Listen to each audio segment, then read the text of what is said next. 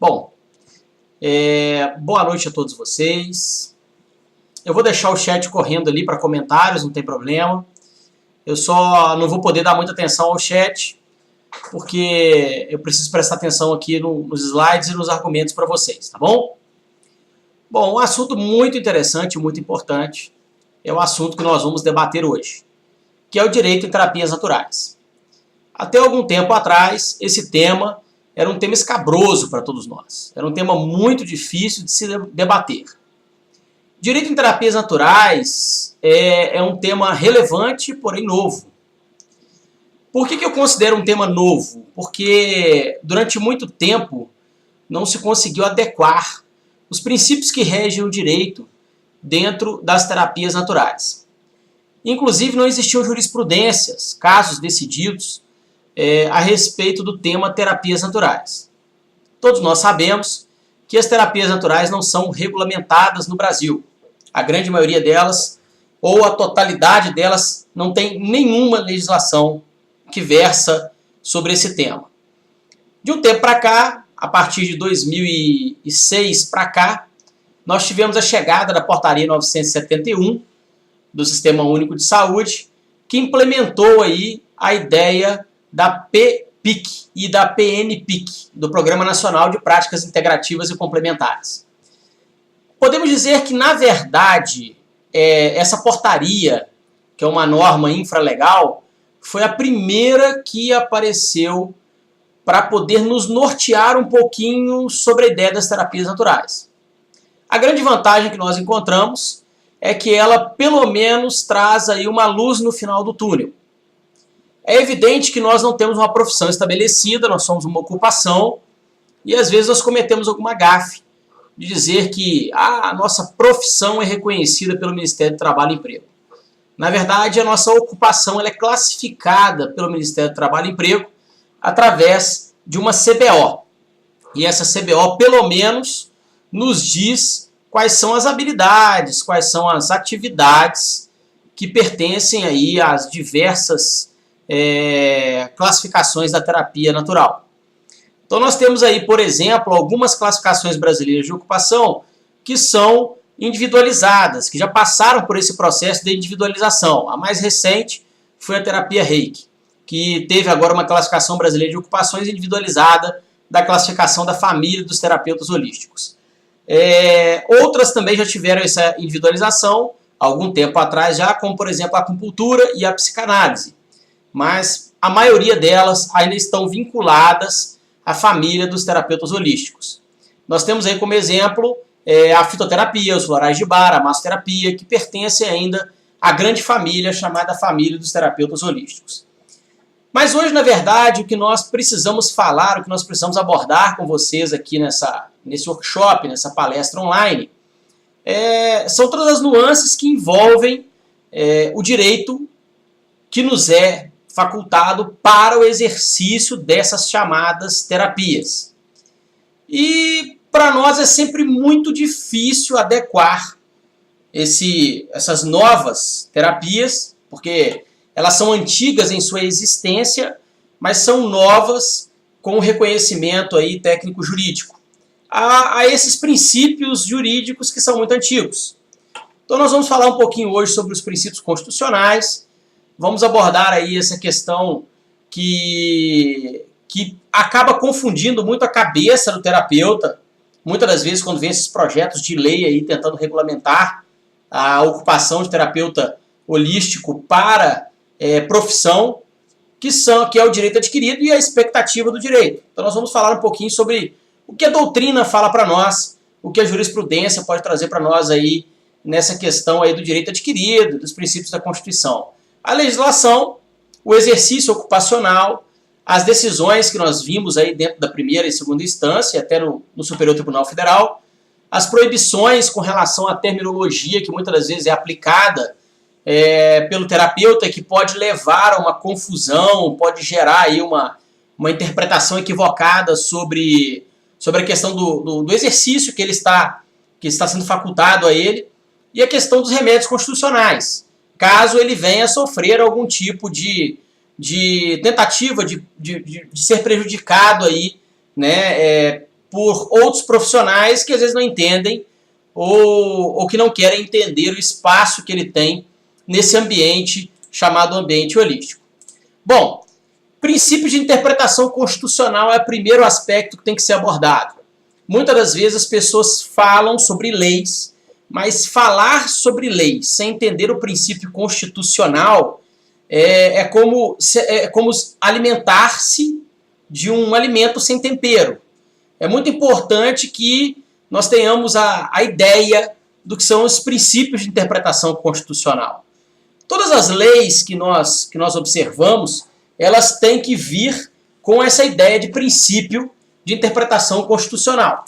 É o princípio da interpretação constitucional que nos traz essa dinâmica necessária para que a gente possa aplicar dentro da nossa ocupação ou até mesmo da nossa profissão, caso ela venha a ser regulamentada, é justamente essa questão dos princípios constitucionais que nos dão o amparo necessário para poder exercer a nossa ocupação com tranquilidade. É um ledo engano para todos nós quando nós ouvimos de presidentes de associação ou de sindicatos que quando nós nos associamos a eles, que na verdade nós estaremos garantidos. Isso não existe. Tá? A única garantia para uma ocupação que não é regulamentada é a Constituição Federal, certo? E na Constituição Federal nós temos os princípios de interpretação da Constituição Federal. Tá? Eu vou parafrasear aqui o Rodrigo Padilha, da obra Direito Constitucional Sistematizado, que vem trazer um pouquinho dessa dinâmica para nós, que fala sobre a ideia da interpretação constitucional. A interpretação constitucional ela é a prevalência com relação à Constituição sobre todo tipo de entendimento. Então, por exemplo, sempre que nós vamos interpretar alguma lei, essa interpretação deve obedecer à intenção da Constituição Federal. Essa é a norma que nós vamos utilizar para poder, digamos assim, encontrar a dinâmica da proteção à nossa ocupação. Porque nós não temos uma lei específica que fala para nós o que nós podemos e o que nós não podemos fazer. De certa forma, nós podemos beber, evidentemente, nós podemos ir lá e beber da Constituição Federal no que diz respeito aos nossos direitos. Por exemplo, Orlando Gomes, na introdução ao direito civil, ele fala uma coisa muito interessante dentro desse aspecto aí do direito adquirido, que é algo que nós devemos ter em mente quando nós falamos sobre a nossa ocupação. Direito adquirido e expectativa de direito são coisas diferentes. Nós temos que entender que para que tenhamos o direito adquirido, é necessário, antes de tudo, ter o exercício daquele ofício. Não adianta que nós tenhamos a formação e não tenhamos o exercício do ofício. Ter a formação e não ter o exercício do ofício comprovado é uma expectativa de direito e não, na realidade, um direito adquirido. Então existe essa confusão. Eu fiz um curso de reiki, mas nunca exerci e nem documentei esse exercício. Automaticamente você tem uma expectativa de direito. E essa expectativa de direito pode não ser tão salutar para você, se caso algum dia essa terapia venha a passar por um projeto de lei de regulamentação. Então a primeira coisa que você precisa saber é separar esse processo de expectativa de direito. Vamos lá. Para que seja feito um correto estudo da Constituição Federal, foram criados princípios de interpretação, que funcionam aí como ferramentas de auxílio na interpretação da lei. É importante ressaltar que a partir da Constituição Federal de 88, houve uma valorização maior do texto constitucional e que essa interpretação de qualquer dispositivo legal deve partir dela também. Assim, todos os ramos do direito estariam subordinados à Constituição Federal. Esses princípios podem variar de acordo com cada autor que trata sobre direito constitucional. Então, a interpretação constitucional ela vem acima de qualquer lei. Então, por exemplo, se nós tivermos uma lei complementar que regulamenta a nossa profissão futuramente, essa lei ela vai ser subordinada à Constituição Federal. E qualquer aspecto dessa lei que afronte a Constituição Federal, consequentemente, vai ter a sua chamada nulidade. Nesse princípio, nenhum ato jurídico pode permanecer valendo em ação contrária ao que nós chamamos de Constituição Federal. As normas que outrora se chocam com a lei suprema, elas são automaticamente revogadas, elas têm a sua nulidade. No entanto, as regras posteriores que vierem a ser implementadas passarão por um controle chamado controle de constitucionalidade. Caso estejam indo de encontro às normas-chave, serão tidas como nulas. Para o legislador ordinário, é proibido burlar a lei, acrescentar, deturpar ou mudar algo que prejudique. O juiz, como intérprete da lei, deve aplicar os princípios constitucionais através de uma hermenêutica construtiva. É muito comum hoje em dia, meus amigos, quando nós nos deparamos com o enfrentamento judicial, nós dizemos o seguinte: o juiz decide por sua cabeça. E não é bem assim. Na verdade, o juiz ele tem autonomia evidente em sua interpretação legal, certo? O juiz ele pode interpretar a legislação e ele está ali para isso. Mas ele não pode contrariar a lei. Se ele contrariar a lei, consequentemente, o advogado que está investido com o poder ali postulatório, na defesa dos direitos de cada um de vocês, ele vai agravar aquela decisão. Ele vai recorrer àquela decisão. Ele pode agravar, ele pode fazer um recurso, né? Existem dezenas de ações que um advogado pode ter caso um juiz venha, com sua interpretação, contrariar a lei. Principalmente se ele vier a contrariar a Constituição Federal, que é a nossa lei maior, né? Que é a lei que rege todo o arcabouço das legislações que estão em vigor atualmente. Neste princípio, nenhum ato jurídico, então, pode permanecer-se valendo em ação contrária à Constituição Federal. Então, nós já falamos um pouquinho sobre a supremacia da Constituição Federal. Então, a Constituição Federal ela é suprema. Não existe nenhuma legislação que pode contrariar a Constituição Federal. O princípio da máxima efetividade ou efetividade constitucional é um outro princípio que deve ser observado. Por esse princípio, a uma norma constitucional deve ser atribuído um sentido que lhe permita maior eficácia, permitindo duas formas de interpretação, deixando ao intérprete da lei escolher a que seja mais eficiente para o comando constitucional. Isso quando se tratar de direito ou garantia que é fundamental. O intérprete deve favorecer o elemento teleológico, que, de acordo com o dicionário, essa palavra significa teoria que estuda os seres pelo fim que aparentemente são destinados. Então, quando o intérprete da lei, que no caso é o juiz, ele vai aplicar, né, esse direito chamado direito constitucional, ele sempre vai priorizar aquela garantia que é fundamental. Por que eu estou falando isso? Porque daqui a pouquinho nós vamos chegar lá no 5º artigo da Constituição Federal e nós vamos falar um pouquinho mais sobre essa questão do direito adquirido, que na verdade é um jargão que é muito utilizado por dezenas de terapeutas aí no Brasil e que na verdade é o único argumento que é utilizado para a manutenção do ofício, né, a manutenção da ocupação de terapeuta. Então nós temos que ter alguns cuidados com relação a essa questão da legislação, mais uma vez refrisando para vocês que a garantia do direito adquirido é diferente da expectativa da garantia do direito adquirido. Então nós temos que ter muita atenção com relação a isso, certo? E nenhuma associação, nenhuma academia, nenhum sindicato vai lhe garantir o direito de exercer determinada ocupação. Essa garantia é constitucional. A não ser que as nossas ocupações venham a ser regularizadas, venham a ser regulamentadas, e a partir desse processo de regulamentação, né, as nossas ocupações terão uma legislação específica.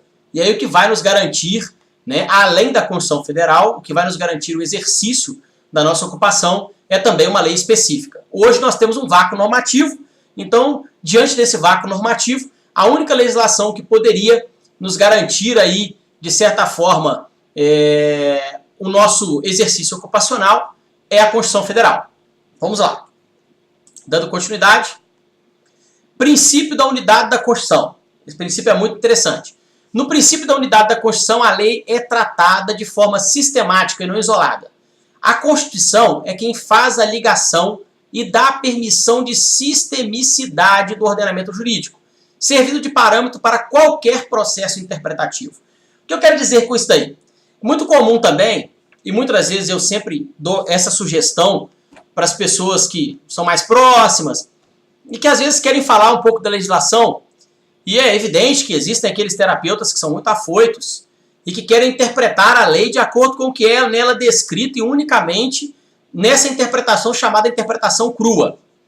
A interpretação crua é um calcanhar de Aquiles para todos nós, certo? Porque toda legislação, toda lei que é criada, para ela ser interpretada, ela deve ser interpretada como parâmetro constitucional. Existem princípios que regem a Constituição Federal e esses princípios devem ser levados em conta quando nós vamos interpretar uma lei. Muitas das vezes as pessoas leem uma lei, naquela leitura de forma muito literal mesmo, vamos dizer assim, a pessoa interpreta. E não é bem por aí. Toda interpretação legal, ela deve vir acompanhada dos princípios que são constitucionais. Então, para todos que querem interpretar a legislação, primeiro devem estudar a Constituição. E principalmente os princípios que regem a Constituição. Sem um estudo apurado dos princípios que regem a Constituição, a interpretação da legislação pode ser errônea. Então nós temos que ter um pouco de cuidado com relação a isso. O próximo princípio é o princípio da proporcionalidade. A proporcionalidade carrega consigo 3 subprincípios: adequação, exigibilidade e proporcionalidade. A proporcionalidade serve como parâmetro de controle de constitucionalidade das regras restritivas dos direitos fundamentais.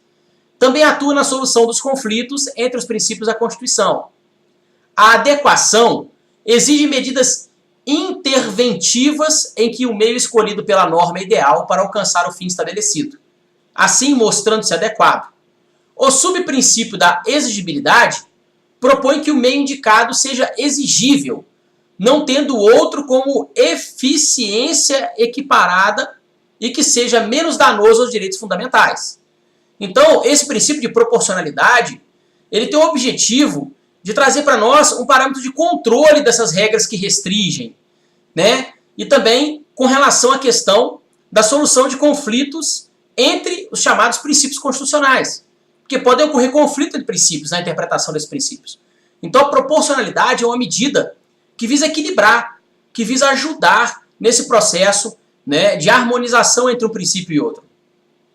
Sobre o direito adquirido, eu acho que esse é o principal assunto desse workshop, né, porque eu vejo, realmente eu percebo, muitas das vezes, digamos assim, a interpretação equivocada sobre o direito adquirido, ou às vezes uma interpretação muito simplista sobre ele. E aí traz pra gente uma série de situações futuras aí, que são situações que não vão garantir o indivíduo. O que é direito adquirido? Nós temos o Decreto-Lei 4.657, de 4 de setembro de 42, que lá em seu artigo 6º, né, no seu inciso 2º, dispõe o seguinte: artigo 6º, a lei em vigor terá efeito imediato e geral, respeitado o ato jurídico perfeito, o direito adquirido e a coisa julgada. Ela no parágrafo 2º fala assim: consideram-se adquiridos, assim, os direitos que o seu titular ou alguém por ele possa exercer, como aqueles cujo começo do exercício tenha termo pré-fixado, ou condição pré-estabelecida, inalterável, a árbitro de outrem. A redação legal teria sido influenciada por Gaba, que já era citado nas referências bibliográficas de Clovis Bevilacqua, de 1940, página 99. Certo? Eu quero dar uma parada aqui e falar um pouquinho sobre a questão do direito adquirido. Eu quero utilizar, vou beber aqui na doutrina de Orlando Gomes, para falar um pouquinho sobre a expectativa de direito, que é algo que confunde muito a cabeça dos terapeutas. Prestem bastante atenção para vocês que querem aprender um pouquinho de direito em terapias naturais. Não confundam direito adquirido com expectativa de direito, porque isso aí pode literalmente acabar com toda a sua condição de terapeuta no futuro, caso a terapia venha a ser regulada, venha passar por uma regulamentação e obter uma lei específica sobre ela. A prática das terapias naturais, além de ter sua existência desde os povos indígenas, possui comprovadamente anos de existência, de forma que o direito adquirido, de sua prática e defesa constitucional da mesma, integram a linha de argumentos da manutenção do ensino e prática transdisciplinar das terapias. Mas Orlando Gomes ele traz para nós aqui um parágrafozinho bem interessante nessa obra dele, chamada Introdução ao Direito Civil, né, Introdução ao Direito Civil, da editora Forense, ele fala uma coisa interessante lá na página 95 desse livro. Ele fala assim, ó, a relação jurídica constitui-se quando praticados os atos ou realizados os fatos exigidos pelo ordenamento jurídico, para que se forme, passando do mundo dos fatos para o mundo do direito. Satisfeitas as exigências legais concernentes à sua formação, verifica-se a aquisição dos direitos correspondentes. Há, então, os chamados direitos adquiridos. Mas a aquisição de um direito nem sempre se dá em consequência do fato jurídico que o provoque instantaneamente, ou seja, não é automático. Há direitos que só se admitem por formação progressiva, isto é, através da sequência de elementos constitutivos, de sorte que sua aquisição far-se-á gradativamente, antes do concurso desses elementos separados entre si por uma relação de tempo. O direito está em formação, podendo o processo constitutivo concluir-se ou não. Forma-se quando o último elemento advém. E aí ele fala uma coisa na página 97, que é o seguinte, a expectativa do fato não é juridicamente protegida. Então nós temos que ter muito cuidado quando nós falamos em direito adquirido e quando nós não entendemos o que é o arcabouço do direito adquirido. Então, para você que busca realmente ter o direito adquirido dentro da ocupação das terapias naturais, você precisa ter um cuidado muito grande no que diz respeito à questão do direito adquirido no sentido de exercício daquela ocupação. Você ter uma formação educacional jamais vai lhe garantir o exercício daquele ofício. Então tenha sempre o cuidado de dar entrevistas em jornais e guardar esses jornais, né, são exemplos que você pode seguir. Escrever matérias para sites de internet, fazer o print, guardar esses sites, certo?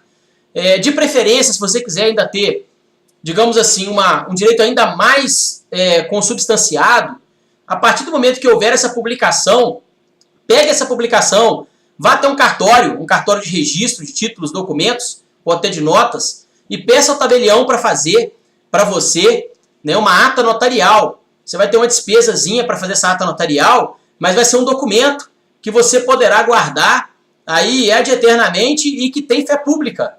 Ou seja, o tabelião ele vai descrever ali que está vendo que você é um profissional que atua naquela área e atuando naquela área você deu uma entrevista para um jornal local ou escreveu uma matéria na internet, ele vai descrever o que ele está vendo ali e aí é um documento com fé pública para te dar a tranquilidade de que você tem a formação que é constituída pelo certificado que você guarda, né, após o seu curso, e tem também a fé pública da ata notarial, que diz que você prestou determinado tipo de entrevista, né, para algum jornal local ou algum site na internet, e a consequência disso daí é que você tem um documento com fé pública que também está, de certa forma, corroborando a sua prática naquela área profissional, naquela área ocupacional.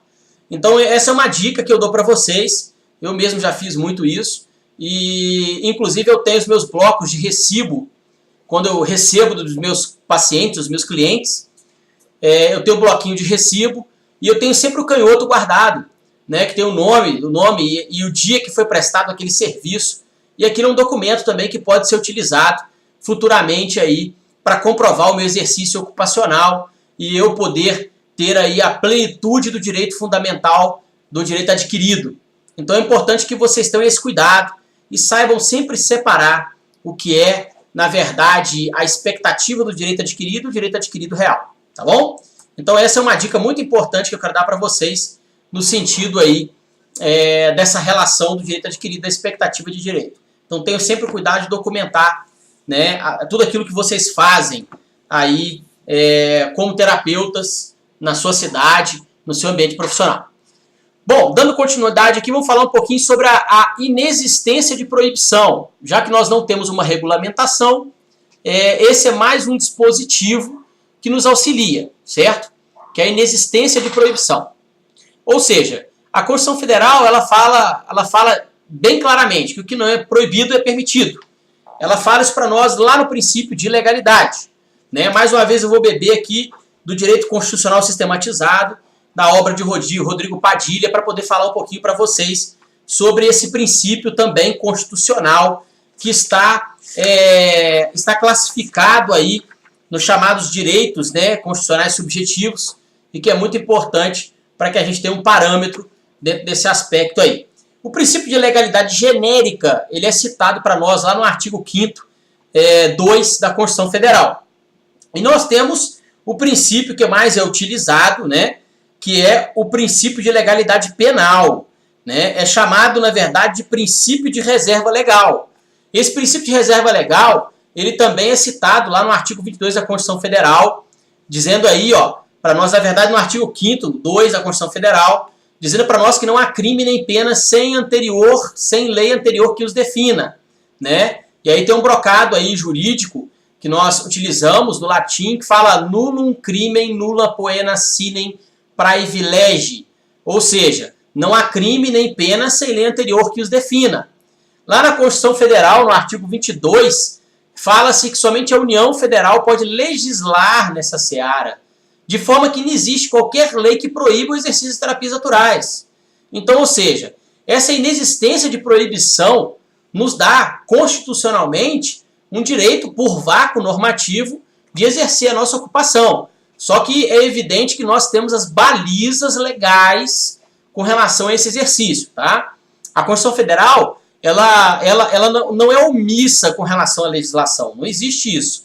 Às vezes a pessoa pensa assim, não é proibido exercer a terapia natural e às vezes exacerba o direito que ela teria com relação a esse chamado exercício ocupacional. E ela passa então a entrar na seara de outras profissões.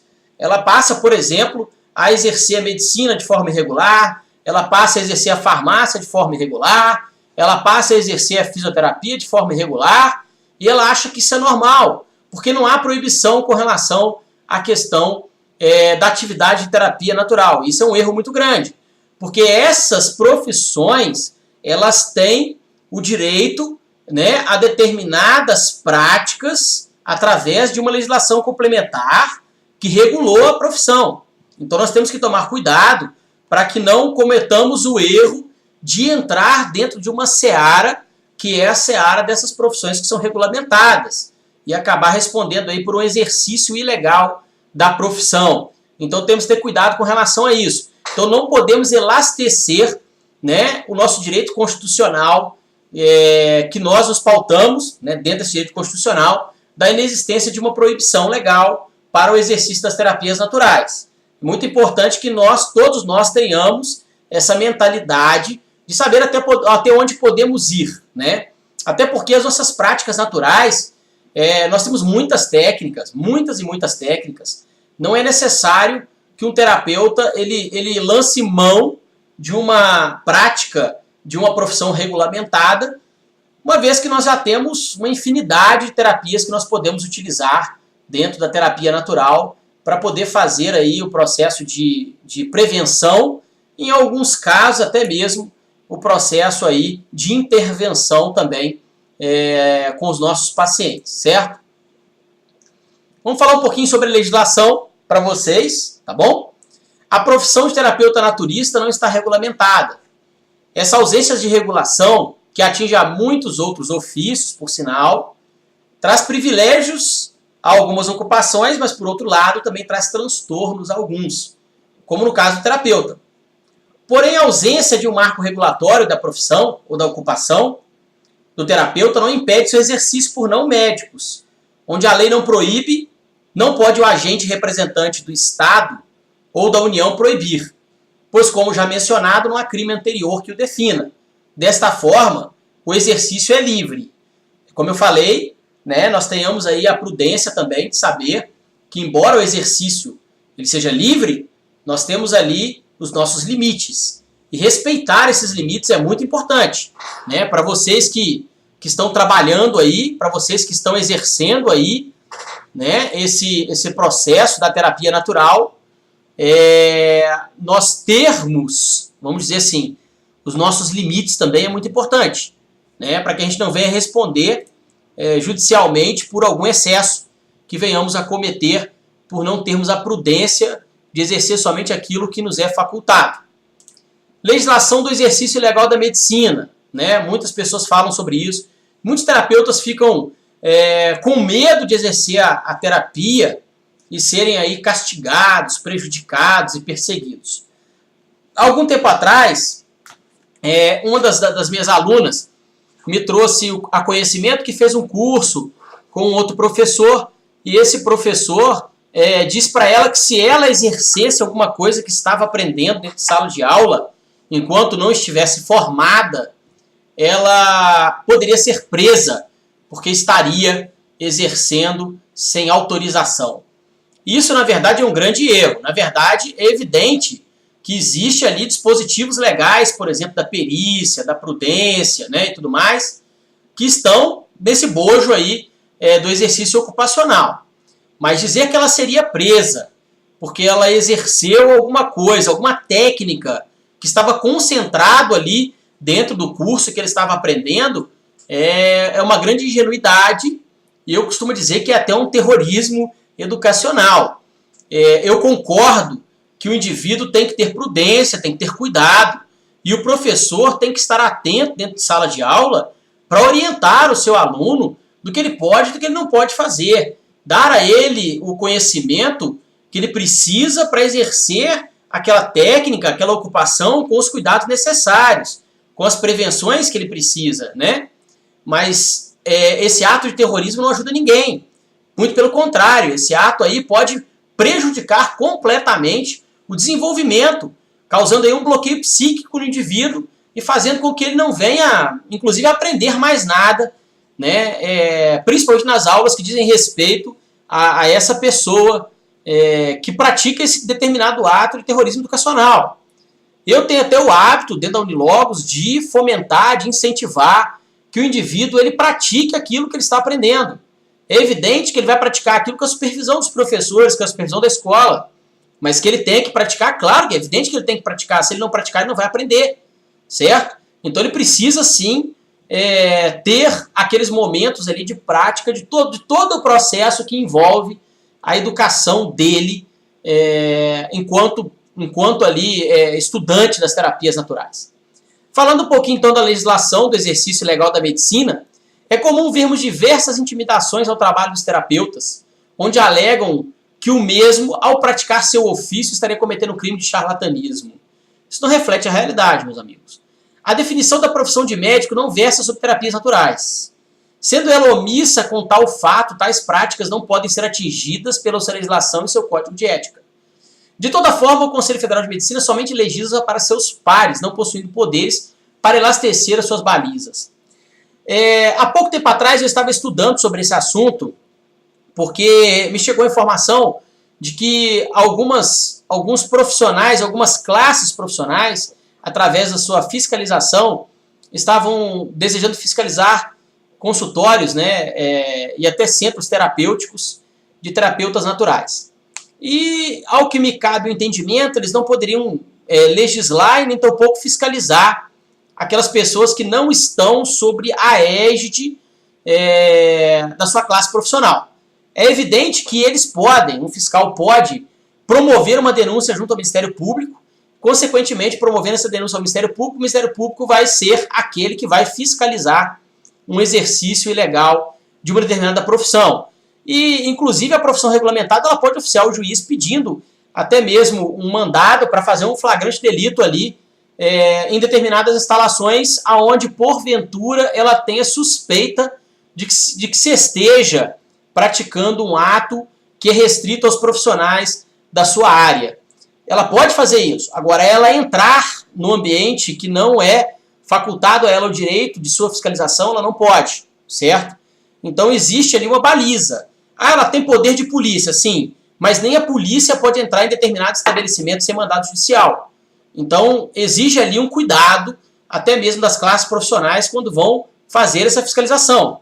Então, vocês podem ser fiscalizados? Podem. Vocês podem ser fiscalizados por órgãos, por exemplo, do governo, como Vigilância Sanitária, né? Como os fiscais de postura do município. Vocês podem ser fiscalizados ali pelos fiscais de tributação também do município. Isso aí não há qualquer impedimento com relação a isso. Agora, uma autarquia federal, que está ligada a uma classe profissional, ela tem os seus limites. Ela tem poder de polícia, sim, mas ela tem os seus limites. Nem a polícia no sentido investigativo, a polícia civil, a polícia militar, ou até mesmo a polícia federal, ela não pode invadir locais sem o devido mandado judicial, porque existem certos limites com relação a isso daí, ok?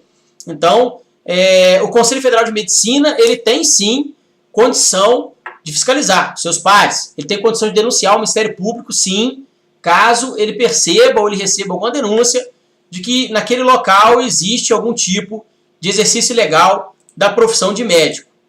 Mas existem essas balizas profissionais, ok? O artigo 282 do Código Penal, ele define o exercício legal da medicina como exercer, ainda que a título gratuito, a profissão de médico, dentista ou farmacêutico sem autorização legal, ou excedendo-lhes os limites. Então, ou seja, não adianta o indivíduo querer argumentar, certo? De que não cobra pelo atendimento, de que não cobra pelo remédio, que aquilo ali é feito por caridade. Isso daí não adianta argumentar dessa forma. O artigo 282 do Código Penal deixou claro, exercer ainda que a título gratuito. Então não importa se o indivíduo não cobra, se ele estiver exercendo alguma coisa que é regulada para o médico, para o dentista ou para o farmacêutico sem autorização legal, ele vai responder. Celso e Roberto Delmanto, no Código Penal comentado, eles falam o seguinte: esclarecem que o tipo subjetivo e o dolo, ou seja, a vontade de exercer a profissão com consciência de falta de autorização legal. Então, ou seja, o indivíduo, se ele age com dolo, se ele age com consciência e voluntariamente, então é pior ainda a situação. O dolo, na terminologia jurídica, é empregado para indicar toda espécie de artifício, engano ou manejo astucioso promovido por uma pessoa com a intenção de induzir a outra à prática de um ato jurídico, em prejuízo deste proveito próprio ou de outrem.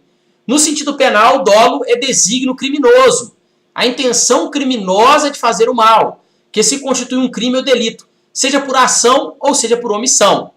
Para os professores na área das terapias naturais, é ainda mais importante que eles tenham uma consciência com relação ao que eles ensinam. Porque, na verdade, não é só o exercício profissional, o exercício daquela situação ali, daquele ato, que classifica-se, né, como um determinado crime, certo? Ele pode, inclusive, no ensinar, no transmitir o conhecimento sobre determinada prática, para alguém que não pode lançar mão dessa prática, também ser incutido no crime, certo? E ele pode ser entendido também como dolo dele, principalmente se ele for da área profissional. Por exemplo, um médico que ensina uma determinada atividade que é restrita a médicos para um terapeuta. Aquele terapeuta vai exercer aquela prática que não pertence a ele.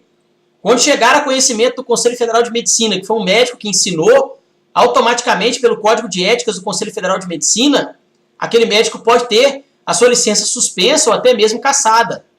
Então isso é muito grave, nós devemos ter muito cuidado com relação a isso, né?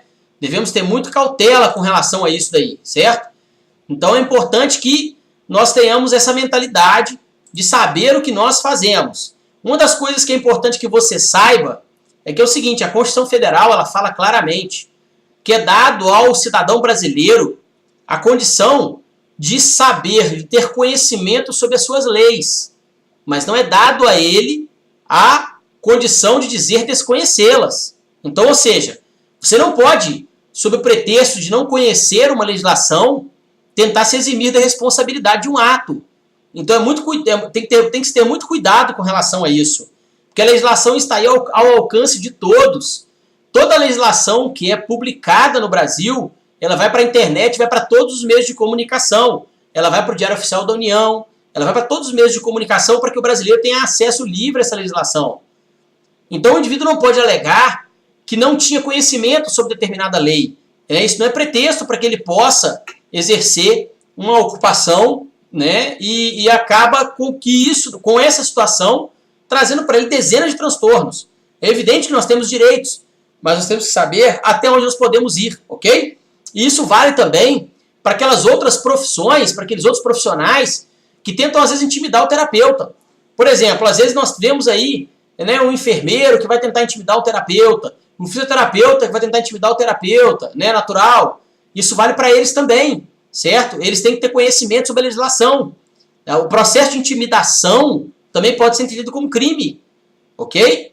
Né? Então tem que se ter um cuidado. O indivíduo, até como o indivíduo que é da outra área profissional, ele vai abordar essa situação, ele tem que ter cuidado, para que ele não venha responder também aí por um processo aí de intimidação, por um processo até de ameaça, dependendo da situação, né?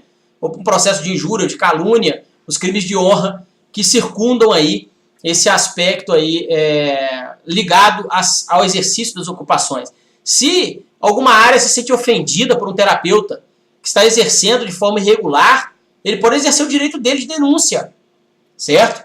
Mas ele tem que entender que ele não é autoridade para exercer a coação. Então a autoridade coatora é outra, não ele. Então ele tem que entender isso, certo? E não cometer aí o erro de intimidar o terapeuta aí dentro do seu ofício, né? Mesmo que ele esteja errado, a pessoa adequada para poder corrigir esse erro, muitas das vezes não é um outro profissional de outra área. Vamos ver um pouquinho sobre as decisões que já são aí publicadas, para a gente ver mais ou menos como funcionam as coisas. Mandado de segurança, nós vamos ver o mandado de segurança, exercício profissional da acupuntura, exigência de formação de nível universitário. Nós sabemos que a acupuntura hoje no Brasil, existe a acupuntura hoje no Brasil, cursos que são de nível superior. Existe também curso de pós-graduação lato sensu, existem cursos de extensão e existem cursos de formação livre. Só que tem um detalhe, não existe esse negócio de exigência de nível superior para o exercício profissional da acupuntura, certo? Ou seja, a modalidade de curso escolhida pelo aluno e depois, né, quando a pessoa tem a formação, seja de nível universitário ou não tem nada a ver com exercício profissional. Há algum tempo atrás existia no Brasil um grupo que fazia um trabalho aí, um movimento muito forte, até muito bonito, por sinal, de requerer a faculdade de acupuntura. Mas aí existia um engano, às vezes misturava a faculdade de acupuntura com o processo de regulamentação da acupuntura. A regulamentação da acupuntura, o marco legal da acupuntura, nada tem a ver com o processo educacional da acupuntura. Existem dezenas de profissões aí, de ocupações aí, que já têm curso superior já há algum tempo e que não são regulamentadas, não são reguladas. Um dos exemplos é a naturopatia ou naturologia, que já existe há mais de 4 anos o curso de tecnólogo em várias universidades brasileiras, mas que também não tem nenhum marco legal, que não tem nenhuma legislação específica de regulamentação para ela. Então é importante que você, quando você vai falar de curso superior, que você faça essa separação. Regulamentação de uma profissão é o exercício dela. A parte de nível educacional é outra história, certo? Lembre-se sempre do artigo 207 da Constituição Federal, que fala que as universidades têm autonomia didática, administrativa e pedagógica. Então as universidades podem abrir curso quando elas quiserem. Nós temos que ter um entendimento da seguinte maneira. Se uma universidade não abriu ainda um curso de tecnólogo ou bacharel em acupuntura, é porque para ela não foi interessante. Ela não fez ainda, talvez não tenha feito ainda uma pesquisa de campo, ou porque ela tem aí alguns acordos aí extraoficiais, né, com os conselhos de saúde, e acha que abrir esse curso aí pode prejudicar o andamento, a efetividade desses acordos. Então ela prefere não abrir o curso em nível superior de acupuntura, para tecnólogo, até mesmo para bacharel, né, em acupuntura. Então uma coisa é diferente da outra. Nós podemos aí ter movimentos de criação de cursos de nível superior em acupuntura, mas antes de fazer esses movimentos, tenhamos a mentalidade de apresentar um projeto concreto para essas instituições, um projeto pedagógico que venha a trazer, de certa forma, uma solidez para a mentalidade dessas universidades. Então, assim, quem vai decidir se vai abrir um curso superior ou não de acupuntura é a instituição educacional. Não tem nada a ver aí com o processo de regulamentação da profissão. Não é um deputado federal que vai abrir, não é uma lei federal que vai abrir, nada disso, certo? Agora, isso aí é da universidade. A universidade tem autonomia para isso. As faculdades também podem abrir, mas para poder abrir um curso, elas têm que pedir autorização ao Ministério da Educação. As universidades não precisam pedir autorização, porque elas têm autonomia para poder abrir e fechar cursos. Voltando aqui ao nosso mandado de segurança, exigência de formação de nível universitário, falta de lei. A exigência de formação de nível universitário para o exercício profissional deve decorrer de norma de lei federal, o que incorre em relação à acupuntura. Interdição de clínica manifestamente ilegal com relação a essa exigência, recurso improvido. Então nós temos aí uma apelação que foi julgada pela Terceira Câmara de Direito Público na data de publicação de 2011 pelo TJ de São Paulo, certo? Então, ou seja, o indivíduo não pode chegar lá e fechar o teu consultório dizendo que você não tem formação de nível superior né, e que por isso você não poderia exercer a acupuntura. Uma coisa diferente da outra. Não existe um marco legal, mas o teu exercício profissional no que diz respeito à acupuntura em nada tem a ver com essa questão do curso de nível superior em acupuntura. Um outro mandado de segurança, ó, esse mandado de segurança é administrativo, é uma apelação de remessa ex officio, concessão de licença, exercício de acupuntura, vigilância sanitária, não observância aos princípios da proporcionalidade. Olha aí os princípios constitucionais, ó. Princípio da proporcionalidade e da razoabilidade. Olha o que eu falo para vocês, é a Constituição Federal que vai dar a nós o subsídio para exercer a nossa ocupação aí de acupunturistas, homeopatas, entre outras ocupações. Olha só, aos princípios da proporcionalidade e razoabilidade, abusividade do ato perpetrado. Inexiste na legislação pátria óbice à prática de acupuntura por profissional com formação de nível superior na área de saúde, especializado em instituição credenciada por órgão de classe. No presente caso, havendo a comprovação da representante da empresa impetrante, formada em fisioterapia, nesse caso era uma fisioterapeuta, de haver concluído a especialização em acupuntura em instituição reconhecida pelo Conselho Regional e Federal de Fisioterapia, a apelada encontra-se apta à prática dessa modalidade. Não pode a administração pública esquivar-se de permitir a apelada exercer o seu direito de exercício de atividade econômica ou profissional, constitucionalmente assegurado no artigo 5º, inciso 13 e artigo 170, parágrafo único da Constituição Federal de 88, sob o palio de ordem de serviço que cria óbice à prática, sequer regulamentada. Veja bem, nós falamos aqui da fisioterapia e nós falamos aqui de um curso formal, que é um curso de pós-graduação lato sensu. Mas lá no final, olha o que falou a decisão. Sequer regulamentada. Apelação de remessa ex officio não provido. Esse foi o Tribunal de Justiça do Distrito Federal, ok? Essa apelação ocorreu em 2008. Só para que a gente possa entender aqui que, na verdade, a administração pública municipal não pode proibir você de exercer a acupuntura, dizendo para você que não vai te dar um alvará de localização, ou dizendo para você que não vai te dar um alvará sanitário, porque você não tem nível superior em acupuntura, ou porque você não é formado em área de saúde, até porque a acupuntura é reconhecida e compreendida pela Organização Mundial de Saúde como uma área de saúde, né? Tanto é que ela tem ali um manual de orientação para a aplicação da acupuntura, um manual educacional e profissional para a acupuntura. A OMS já escreveu esse material. Agravo regimental em recurso extraordinário. Direito administrativo, meus amigos.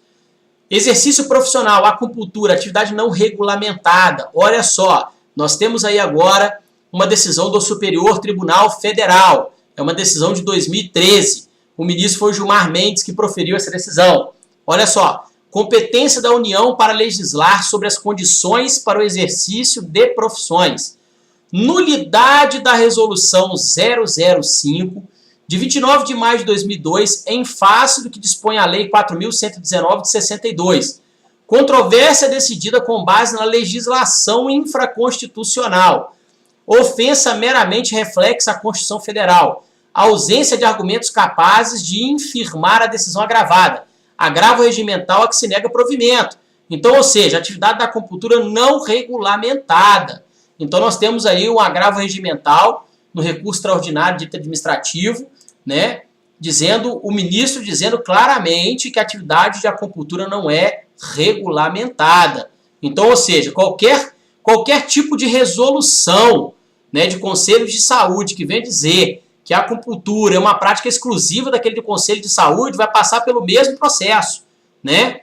Vai ter aí a resolução nula. Por quê? Porque afronta a Constituição Federal. Então, afrontou a Constituição Federal, vai ter a resolução nula. Vamos agora mostrar um pouquinho aqui o Tribunal de Alçada de Minas Gerais. Nós temos aí uma ementa, ó. A ementa fala assim, ó, para a configuração do delito capitulado no artigo 282 do Código Penal, irrelevante a ocorrência efetiva de dano, sendo suficiente a potencialidade do perigo decorrente do exercício legal da medicina. No mesmo sentido, a apelação criminal. A decisão foi unânime. Eu quero mostrar isso aqui para vocês. Veja bem, independente do indivíduo ter gerado algum dano no paciente, Se ele exercer a medicina de forma ilegal, ele já responde. Então é irrelevante a ocorrência efetiva de dano. Então tenha muito cuidado com relação a isso.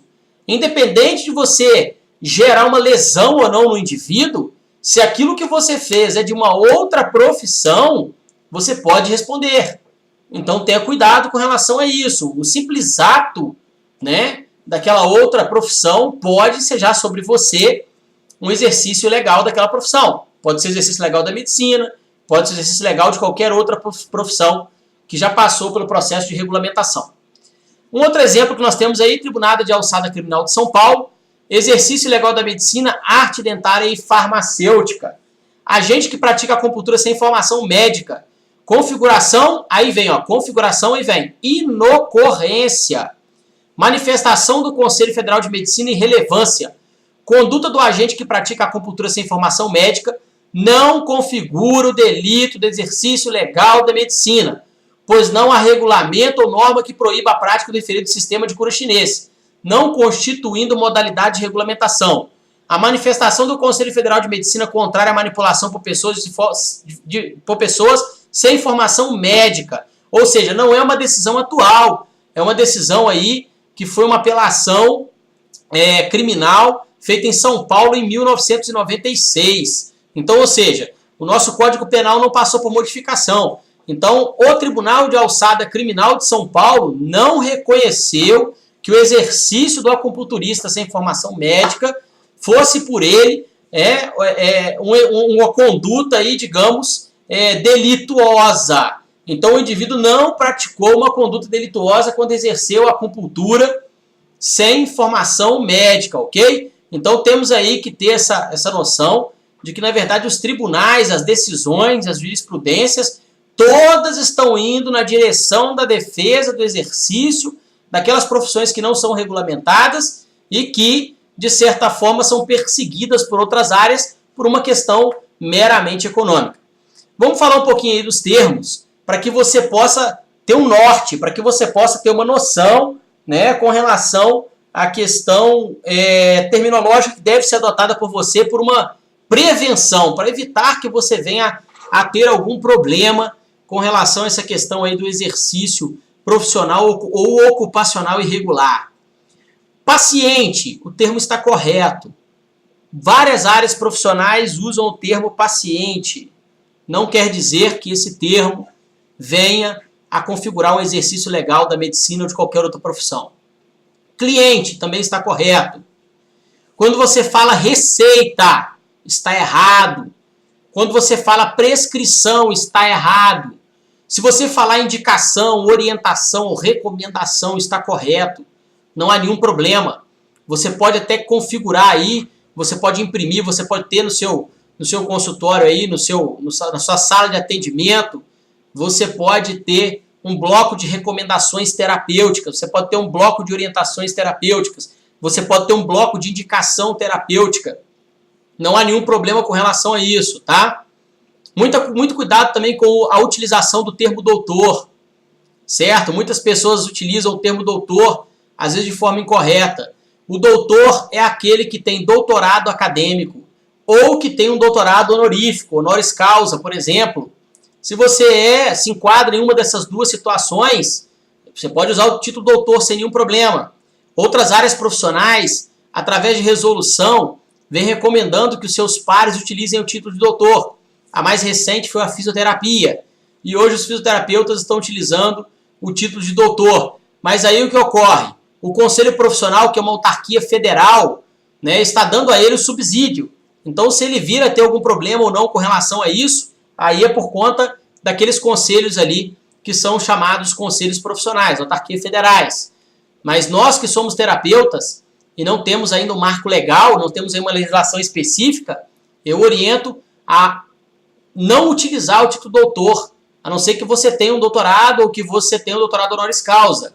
Fora isso daí, deve-se evitar a utilização do título doutor. Voltando aí, médico naturista, está errado, né? Não existe isso. Nós podemos aprender medicina chinesa, mas nós não somos médicos.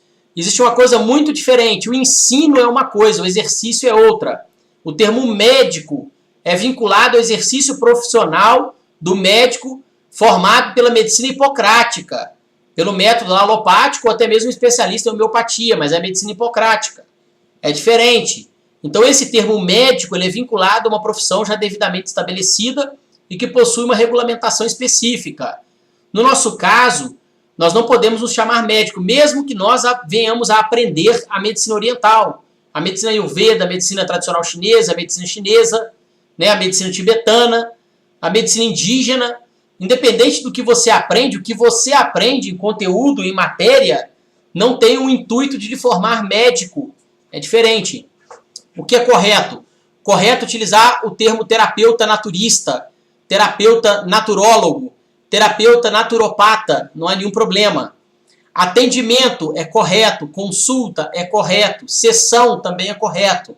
Não há nenhum problema com relação à utilização desses termos, né? O termo atendimento, o termo consulta, o termo sessão, não há qualquer tipo de problema no que diz respeito à utilização desses últimos 3 termos aí.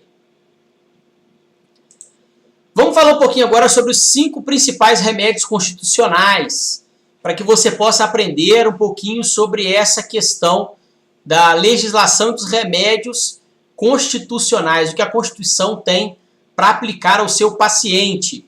Exatamente, quando o indivíduo comete um crime, ele não só leva o nome de réu. Réu é aquele que está dentro de um processo. Por exemplo, aquele que comete um crime e está dentro de um processo, quando o advogado vai fazer algum tipo de recurso ou interposição, né, ele chama de remédio constitucional. Então, o indivíduo que recebe um remédio constitucional é chamado de paciente. Então, nós temos aí o habeas corpus, o habeas data, o mandado de segurança, o mandado de injunção e a ação popular. Vamos ver o que é isso daí, o que são esses remédios chamados remédios constitucionais. O habeas corpus é o mais comum, tá? Principalmente aí nesse ramo, que é o nosso ramo de terapia, né? O habeas corpus significa que tenhas o teu corpo. É uma expressão originária do latim. Habeas corpus é uma medida jurídica para proteger indivíduos que estão tendo a sua liberdade infringida. É um direito do cidadão e está na Constituição brasileira. Habeas corpus é também chamado de remédio judicial ou constitucional, pois ele tem o poder de cessar a violência e coação que indivíduos possam estar sofrendo. Existem 2 tipos de habeas corpus. O habeas corpus preventivo, também conhecido como salvo-conduto, e o habeas corpus liberatório. O habeas corpus condena atos administrativos praticados por quaisquer agentes, independente de sua autoridade ou não, atos judiciários e atos praticados por cidadãos. Deixa eu ver aqui se ele vai falar um pouquinho mais para nós aqui sobre a questão dos 2 sistemas do habeas corpus. Então nós temos ali o habeas corpus de salvo-conduto, que é chamado de preventivo, e temos o habeas corpus liberatório. O habeas corpus liberatório é quando o indivíduo é preso em flagrante delito e o advogado precisa fazer essa peça, a chamada peça de habeas corpus, com uma ressalva. O habeas corpus ele não é de exclusivo direito postulatório do advogado, então até mesmo aquele que tem a sua liberdade prejudicada e é preso, se ele tiver domínio sobre a produção do habeas corpus, ele mesmo pode produzir o seu habeas corpus, né, e solicitar que seja despachado esse habeas corpus lá com o juiz. Então, o que ocorre? O habeas corpus do indivíduo que foi preso é chamado de habeas corpus liberatório. E existe o habeas corpus preventivo, quando o indivíduo ele está sobre a iminência de ser preso. Por exemplo, chega alguém e ameaça o indivíduo, fala, ó, estou indo à delegacia lhe fazer uma denúncia porque você está exercendo a acupuntura e a acupuntura é, na verdade, um exercício ilegal da medicina. E aí o terapeuta fica com aquele medo e não sabe o que fazer. Então o que ele faz? Ele já se antecipa, vai lá e faz um habeas corpus preventivo, vai lá e despacha o pedido de habeas corpus preventivo diante daí da iminência de ter a sua liberdade surrupiada, vamos usar esse nome, né? Já que o terapeuta é muito perseguido. Então ele despacha e obtém ali o habeas corpus preventivo para que isso não venha a ocorrer com ele. Então ele já previne aquela situação, para que ele não venha a ser preso, né? Porque senão ele vai ser preso e aí vai ter que fazer o habeas corpus liberatório e aí ele vai ficar ali, vamos falar essa linguagem mais popular, no chilindró durante algumas horas ou até alguns dias. Bom, nós temos o segundo remédio, que é o habeas data. O habeas data trata-se de um tipo de ação constitucional que assegura ao impetrante o direito ao acesso às informações referentes a registros pessoais, constantes em bancos de dados de entidades públicas ou particulares, quando dotadas de caráter público. Também o habeas data prevê a possibilidade do impetrante poder proceder à retificação de dados pessoais que não condizem com a realidade. Eu mesmo passei, por esses dias agora, recentemente, uma situação que não foi necessário fazer o pedido de habeas data, mas se fosse necessário, evidentemente que eu iria fazer. Ocorreu a seguinte situação: eu pertenço ainda a uma associação, né, de terapias naturais, e aí eu cheguei lá para ver o meu registro nessa associação, esse registro público, e estava lá que eu estava com o meu registro suspenso. E aí eu busquei no estatuto da instituição por que eu estava com o registro suspenso. O estatuto da instituição dizia que se eu não estivesse mantendo o meu cadastro atualizado, eu poderia ter ali o meu registro suspenso. E aí eu busquei informação de forma amistosa junto a essa associação do porquê que o meu registro estava suspenso, e a associação foi muito profícua, foi muito receptiva, me respondeu e me deu a liberdade de fazer a modificação do meu cadastro normalmente. Então eu tive ali aquele termo suspenso retirado ali do meu registro. Mas digamos que isso ocorresse de uma forma contrária àquela que eu desejava. Digamos que a associação dissesse para mim assim: olha, não vamos fazer qualquer alteração no seu cadastro, a menos que você pague aqui a minha anuidade, que você seja obrigado ali a recolher os valores referentes à anuidade. Aí eu poderia entrar com habeas data, porque na verdade o meu cadastro, aquele cadastro que se encontra ali sob a guarda daquela instituição, daquela associação, ela pode ser pública ou privada ou particular, né? Normalmente as associações do Brasil são associações privadas, né? Associações privadas sem fins lucrativos, a grande maioria delas, e elas podem negar de mexer no meu cadastro e não pagar anuidade. Só que eu tenho direito a ter acesso a essas informações pessoais, né? E eu tenho direito, inclusive, até mesmo proceder à retificação desses dados, né? Se eu quiser. Então, por exemplo, você pertence a uma associação, aí você para de pagar anuidade por diversos motivos, e você muda de residência, mas quer que o seu cadastro seja atualizado, né, lá na tela lá de consulta daquela instituição, e a instituição vira para você e fala assim: ó, nós só podemos atualizar o teu cadastro se você pagar a sua anuidade. Veja bem, isso aí não condiz com a realidade, e você pode fazer o habeas data para poder exigir que aquela associação, aquele sindicato, faça a atualização do seu cadastro. Tá? O cadastro que ela tem lá não é propriedade dela. Ela é um depositário fiel dos teus dados. O cadastro que ela tem é propriedade sua. Você pode, inclusive, requerer que aqueles dados não sejam publicados, se você não quiser. Se você não quiser, você pode requerer. Falar: olha, a partir de hoje eu não quero mais que os meus dados sejam publicados pela rede, né? Sejam publicados aí no site institucional aí da associação ou do sindicato. Tá bom? Então, só para você poder entender, eu dei um exemplo aí sobre o habeas data. Mandado de segurança. O mandado de segurança garante direito líquido e certo, violado ou ameaçado em decorrência do abuso de poder ou ilegalidade, cometido por autoridades públicas ou quem lhe faça às vezes, desde que referidos atos não sejam reparados por habeas corpus ou habeas data. Então, ou seja, se caso o ato que foi praticado não pode ser reparado pelo habeas corpus nem pelo habeas data, existe a figura do remédio constitucional do mandado de segurança. Há também o mandado de segurança coletivo, semelhante ao individual, mas protege o direito de uma categoria.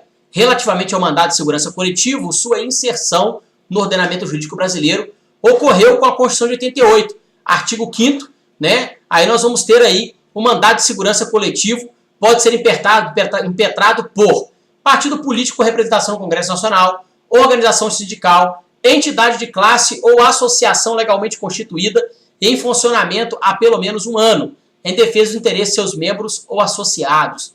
Então, isso aí também é muito importante que vocês tenham em mente. As associações não fazem isso. Isso aí causa na gente até uma certa revolta. Por que as associações não fazem isso? Por exemplo, quando percebe que um determinado direito do terapeuta natural, do terapeuta holístico, está sendo confrontado, por que ela não faz o mandado de segurança coletivo? Vai lá e distribui o mandado de segurança coletivo solicitando que aquele direito, né, que aquele direito seja, de fato, um direito erga omnes a todos aqueles associados. Ou seja, com o mandado de segurança deferido, ela poderia mandar cópia aí por e-mail para todos os seus associados, garantindo a eles ali que aquela condição que foi colocada, às vezes, por um determinado conselho de saúde ou por um determinado conselho aí profissional, né, vamos dizer assim, uma autarquia federal de uma outra área de saúde, para que aquilo não venha prejudicar o terapeuta. Mas a gente não vê as associações fazendo isso.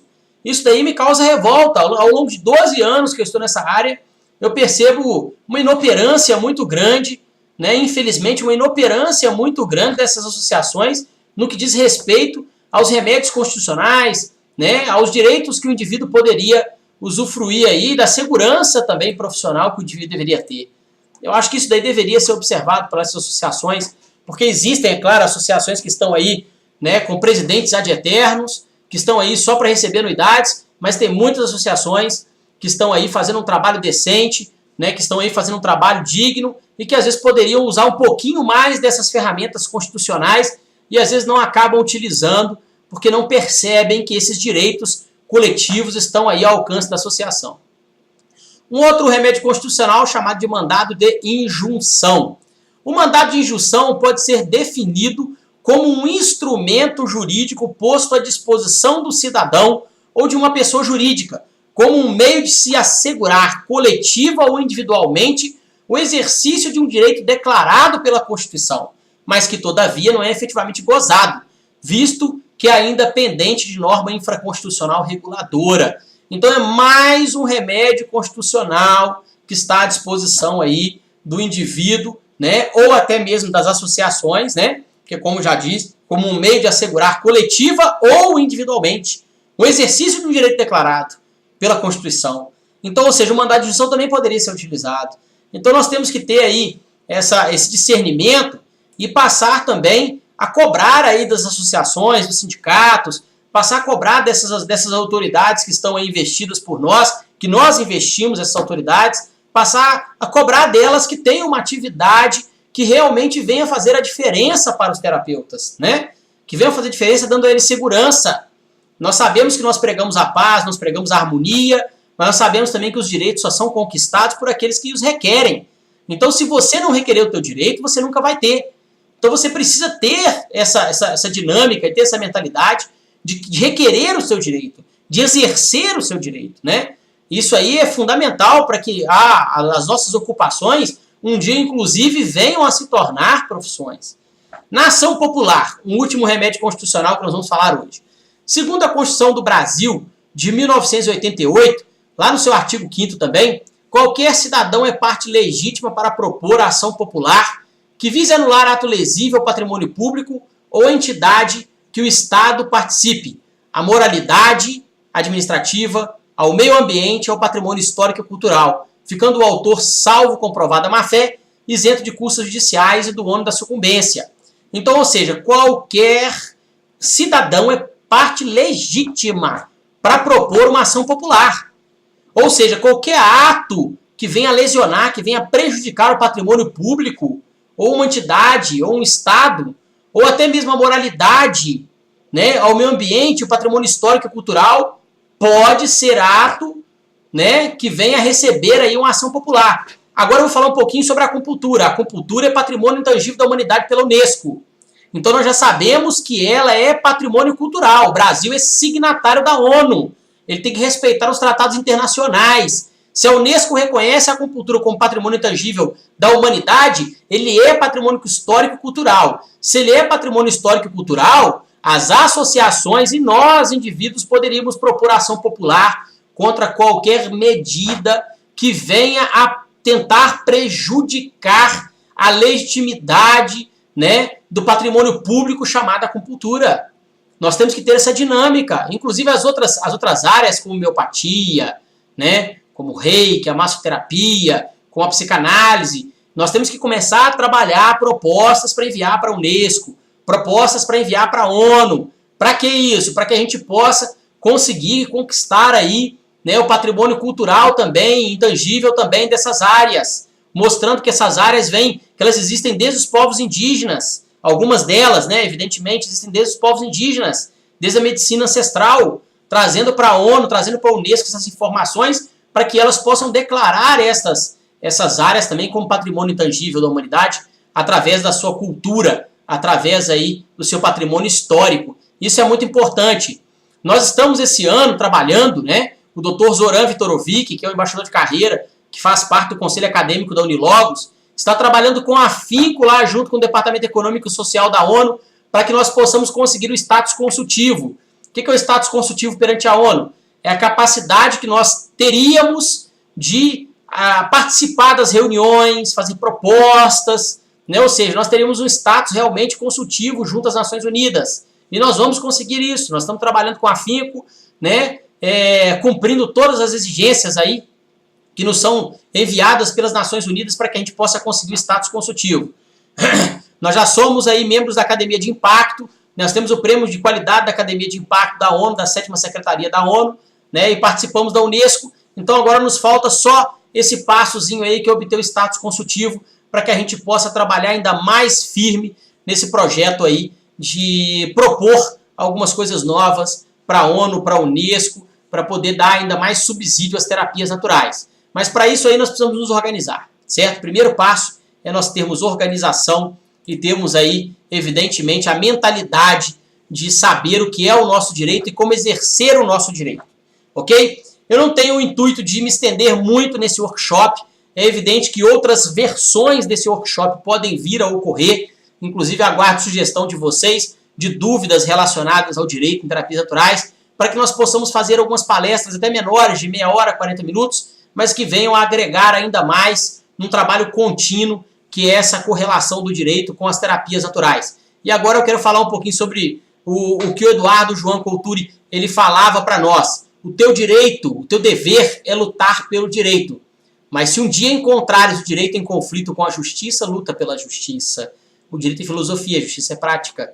Então eu deixo para vocês aqui hoje um grande abraço e eu vou abrir o espaço para vocês aqui, para que nós possamos debater o tema, para que nós possamos responder algumas perguntas, né, desde que elas estejam na nossa capacidade. Evidentemente a nossa capacidade é limitada, mas desde que elas estejam em nossa capacidade de conhecimento legal, para que eu possa ajudar vocês a entender um pouquinho mais sobre esses assuntos. Então eu vou liberar o chat para vocês e nós vamos continuar, né, dentro da nossa web sala, tirando algumas dúvidas e elucidando alguns fatos que podem ser elucidados por todos nós aqui, ok?